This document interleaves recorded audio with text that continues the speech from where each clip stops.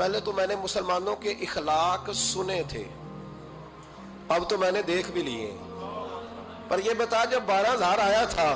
جان کیوں نہیں چھڑائی؟ تو حضرت چارہ کاٹتے کاٹتے رو پڑے، فرمانے لگے تو نہیں نہ جانتا یہ بیٹیاں سانجی ہوتی ہیں، پتہ نہیں نا،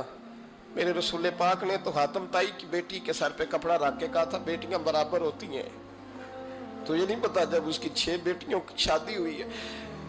میرے اندر روحانیت کتنی بڑی ہے۔ فرمایا پھر 12,000 آیا ہے تو 2-4 بچیاں پھر گئی ہیں، تو یہ نہیں پتا میں اندر سے راضی کتنا ہوں، میں تیری نوکری کرتا رہوں گا، پتہ نہیں اللہ کتنی بیٹیوں کو بیاہ دے گا۔ اتنا رویا وہ عیسائی کے پیروں میں بیٹھ گیا، کہنے لگا بابا میں نے تیری مخالفت کی ہے پر تیرے قریب آ کے پتہ چلا ہے کہ تو بہت اونچے اخلاق کا مالک ہے، اور اگر تیرا یہ مقام ہے تو تجھے اخلاق سکھانے والے محمد عربی کی شان کتنی ہوگی۔ ظالم کی بولیے جاتے نہیں لوگ جھوٹے گواہ بن کے، وکیل صاحب کو نہیں پتا ہوتا کہ یہ بندہ مجرم ہے جو میرے پاس آیا، کیا مجرموں کے وکیل نہیں ہوتے؟ بولے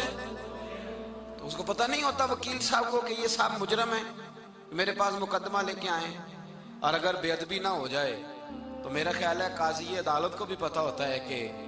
مجرم کون ہے اور مظلوم۔ میرے نبی پاک صلی اللہ علیہ وسلم نے اس قدر زیادہ سختی فرمائی اس مسئلے میں، فرمایا جس کو پتا تھا کہ فلاں آدمی ظالم ہے، ظلم کر رہا، پھر وہ ظالم کا گواہ بنا یا اس نے ظالم کی مدد کی، کتنی کی؟ شارحین لکھتے ہیں چاہے اس نے ایک جملہ بول کے کی، چاہے ایک، سارے بولیے، چاہے ایک غریب کو اس نے ظلم کیا تو کہتے ہیں علاج یہ سی، چاہے ایک جملہ بول کے کی، شارحین اس حدیث کی شرح میں لکھتے ہیں ایک جملہ بول کے چاہے مدد کی، جس بندے نے کسی ظالم کی مدد کی کسی مقدمے میں یا کسی صورت میں اور اسے پتا تھا یہ ظالم ہے، میرے نبی پاک صلی اللہ تعالیٰ علیہ وسلم فرماتے ہیں اگر اس نے مدد کی، ابھی ظالم کی بات نہیں ہو رہی، ظالم کے مددگار کی بات ہو رہی، اگر کسی نے ظالم کی مدد کی تو حضور فرماتے ہیں خدا بھی اس سے بری و ذمہ ہے، رسول بھی اس سے بری و ذمہ ہے۔ سنبھال کے رکھے اپنی نمازیں، قربانیاں، حج، زکوٰۃ سنبھال کے رکھے۔ اگر ظالموں کا مددگار ہے، الیکشن آ لینے دے، آپ کو نظر آ جائے گا کون کون ظالموں کا مددگار ہے، نظر آ جائے گا، اپنی جیب سے لوگ پیسے دے کے ظالموں کی مدد کریں گے، ان کے فلیکس چھپوائیں گے، بورڈ لگوائیں گے، جیبوں سے پیسے دے گے۔ ہم نے خود آگ لگائی ہے چمن میں اپنے، بے سبب گردشی ایام کو الزام نہ دو، ہم نے خود نور کا ظلمت سے کیا ہے سودا، کر کے توہین سحر شام کو الزام نہ دو۔ ظالموں کے مددگار میدان میں آ گئے، یہ چھوٹا لفظ نہیں، میرے حبیب پاک صلی اللہ علیہ وسلم نے فرمایا جو ظالم کا مددگار ہے سن لے جو سجن کے ساتھ کچہری جاتا ہے، وہ یاد رکھے جو دوست کا گواہ بنتا ہے، وہ یاد رکھے جو کہتا ہے میں مانگی گیا تھا، مجھے بلایا گیا تھا قبضہ چھڑانے کے لیے کسی غریب بیوہ کی جائیداد پہ، وہ سن لے تو مدد کر کے نہیں آیا، تو خدا کے ذمے سے نکل گیا ہے۔ رسول پاک نے فرمایا تیرا میرا تعلق ختم ہو گیا، تو ظالم کا مددگار ہو گیا، پھر تو کہتا میں بے چین ہوں، میں بے قرار ہوں، میں آزمائش کا شکار ہوں، پلٹ کے دیکھ تو صحیح تیرا گناہ کتنا بڑا ہے۔ میرے نبی پاک صلی اللہ علیہ وسلم کا ایک اور فرمان سن لیں، ابن ماجہ ابو داؤد میں موجود ہے، اس حدیث کو آپ نے یاد کر لینا ہے، کر لیں گے انشاءاللہ، سارے کہیے انشاءاللہ، کر لیں گے یاد۔ حضور صلی اللہ علیہ وسلم نے فرمایا اگر تو ظالم کی مدد کرے گا نا، یہ لفظ دل کی تختی پہ لکھ لینا، یہ مکافات عمل ہے، مکافات عمل دنیا، ادھر کرو گے تو ادھر بھرو گے۔ فرمایا اگر تو کسی ظالم کی مدد کرے گا، سن لے حضور کا فرمان ہے، اگر تو ابن ماجہ ابو داؤد سیاہ میں موجود ہے، فرمایا اگر تو کسی ظالم کی مدد کرے گا تو رب تعالیٰ مرنے سے پہلے تیرے اوپر بھی ظالم کو مسلط کر دے گا، تیرے اوپر بھی ایک دفعہ ظلم ضرور ہوگا اگر تو ظالم کی، وہ کسی صورت میں بھی ہو سکتا ہے، کسی صورت میں بھی تیرا بیٹا ہی اٹھ کے ظلم کر دے گا، تو الجھ جائے گا، کسی نہ کسی جگہ تیرے لیے تباہی کا سامان ہوگا، تیرے اوپر ظلم ہوگا، اس لیے کہ تو ظالموں کا مددگار ہے۔ چاہیے یہ تھا کہ تو مظلوم کی مدد کرتا، انسانی ایمانی یقین کا فریضہ سر انجام دیتا، تو ظالموں کا مددگار ہو گیا۔ ٹٹول کے دیکھ لیں، رزلٹ نکال کے دیکھ لیں، ہمارے زمانے میں ظالموں کے مددگار زیادہ ہیں، اتنی لمبی زبانیں نکال کے ظالموں کی مدد کرتے ہیں، بڑے بڑے کالم نویس اللہ نے انہیں قدرت دی لکھنے کی، تو اپنا قلم ظالموں کی مدد میں خرچ کرتے ہیں۔ وہ لوگ جن کو اللہ تبارک و تعالیٰ نے قدرت دی، ہمت دی، طاقت دی، کچھ لوگ ان کے حلقہ احباب میں، وہ اپنے لوگوں کو استعمال کر کے ظالموں کی مدد کرتے ہیں، ظالموں کی مدد کرتے ہیں۔ میرے نبی کریم سید عالم نور مجسم صلی اللہ علیہ وسلم نے فرمایا، اگر تو نے ظالم کی مدد کی تو جب تک تو توبہ نہیں کرے گا رب تجھ سے ناراض ہی رہے گا۔ اللہ تجھ سے،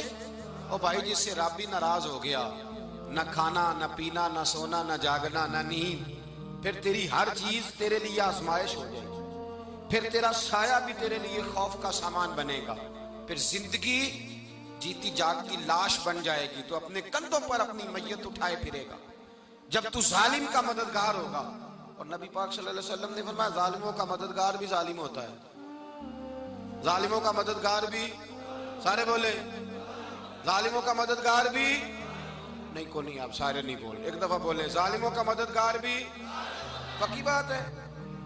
ظالموں کا مددگار بھی۔ اللہ اکبر، جس کا یارانہ ہو، جس کا دوستانہ ہو، جو کہے میں نے نا اس کو اوکھے ویلے کے لیے ظالم کو یاد رکھا ہوا ہے۔ کبھی مشکل میں رکھے نہیں ہوئے لوگوں نے ظالم دوست، کہتے ہیں میں نے رکھے ہوئے ہیں، بلکہ ہمارے دیہات میں تو کہتے ہیں میں نے بازو بنائے ہوئے ہیں۔ کس کو بازو بنا لیا؟ ظالم بھی کبھی بازو ہوتا ہے، جو ظلم کی تلوار لیے میدان میں کھڑا ہے۔ قارون، حامان، فرعون، نمرود کا حال نہیں لوگوں نے دیکھا؟ اپنے زمانے میں آپ نے کتنے لوگ نہیں دیکھے جن کے سائے سے، آواز سے لوگ کانپتے تھے؟ پھر پولیس کی گاڑیوں میں وہ اس طرح مردہ پڑے کہ دنیا نے تماشا دیکھا ان کا۔ یہ رنگ ہم نے دیکھے نہیں اپنے آنکھوں سے۔ فرمایا ظالم کا مددگار بھی، جو کار میں بٹھا کے لے کے گیا وہ بھی ظالم، جس نے چائے پلائی وہ بھی، جس شخص نے کھانا کھلایا وہ بھی، جو کچہری تک ساتھ گیا وہ بھی، جس نے فلیکس کے نیچے، بڑے شرابی کے نیچے چھوٹی اپنی فوٹو لگائی وہ بھی، جو ووٹ کی پرچی ڈالنے گیا وہ بھی۔ کہہ دینا باہر نکل کے کہ حضرت صاحب نے سیاسی تقریر کی ہے، کہہ دینا، پر بات تو سچی ہے نا۔ خو کرے ہم تو سے تھوڑا سا گلا بھی سن لے، خو کرے ہم تو سے تھوڑا سا بھی گلا۔ امام مالک کے پاس ایک بندہ آیا، اس نے کہا حضور میں درزی ہوں، ایک ظالم بادشاہ مجھ سے کپڑے سلواتا ہے، میں تو ظالموں کا مددگار نہیں نا۔ ایک ظالم بادشاہ مجھ سے،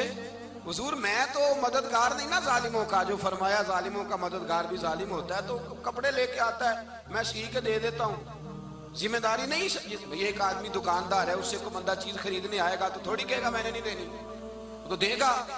کوئی بندہ اگر کسی شخص سے کوئی کام کہتا ہے جو اس کی فیلڈ ہے، اس کا شعبہ ہے، اس کا معاش کا وہ سلسلہ ہے، کہتے ہیں یا رسول اللہ صلی اللہ علیہ وسلم ظالموں کا مددگار بھی ظالم، حضور نے فرما دیا۔ تو امام مالک سے بندے نے مسئلہ پوچھا، دل کی تختی پہ لکھنے والی باتیں ہیں، کہا حضور میں درزی ہوں، ظالم کپڑے سلواتے ہیں، میں تو مددگار نہیں نا۔ امام صاحب کہنے لگے نہیں، مددگار تو وہ ہوگا جو تجھے سوئی دھاگا فراہم کرے گا، تو پورے کپڑے سی کے دیتا ہے، تو خود بہت بڑا ظالم ہے، تو پورے سوٹ سی کے دیتا ہے، تو بہت بڑا ظالم خود ہے۔ مددگار تو وہ ہوگا جو تجھے دھاگا دے گا، جو تجھے بٹن دے گا، جو تجھے نلکی دے گا۔ جو ظالم سے اتنی نفرت ظلم کر کے بندہ ہے، یہاں تو ہمارے زمانے میں ہیرو بن جاتے ہیں لوگ، ظالم ہیرو ہے، لوگ اس سے ڈرتے پھرتے ہیں، گھومتے پھرتے ہیں، اور بہت سارے کم مزاج لوگ اس کے پیچھے ہاتھ باندھ کے پھرتے ہیں۔ ظالموں کی مدد کرنا، ظالموں کے ساتھ رہنا، یہ ظلم ہے، ظلم، یہ زیادتی ہے۔ میرے نبی پاک صلی اللہ تعالی علیہ وآلہ وسلم نے ارشاد فرمایا، یاد رکھو رب فرماتا ہے میں مظلوم کی مدد ضرور کروں گا، چاہے جلدی کروں چاہے دیر سے کروں، میں مظلوم کی مدد۔ اور حضور صلی اللہ علیہ وسلم نے فرمایا ہے، حضرت معاذ بن جبل کہتے ہیں حضور نے مجھے یمن کا گورنر بنایا، جب میں جانے لگا نا تو حضور نے بڑی نصیحتیں کی، بخاری میں موجود ہے، فرماتے ہیں جب میں پلٹنے لگا تو میرے رسول نے فرمایا معاذ ایک منٹ ٹھہر جا، ایک بات میری یاد رکھنا، اس کو نہ بھولنا۔ کہا حضور کیا؟ فرمایا دیکھنا کسی پہ ظلم نہ کر بیٹھنا، کہیں تجھ سے زیادتی نہ ہو جائے۔ محبوبہ پھر حضور نے فرمایا سن میرے معاذ، میں تجھے گورنر بنا رہا ہوں، زیادتی نہ کر بیٹھنا۔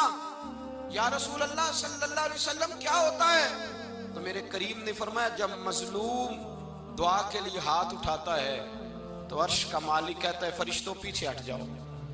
عرش کا مالک کہتا ہے فرشتوں پیچھے ہٹ جاؤ، دروازے کھول دو،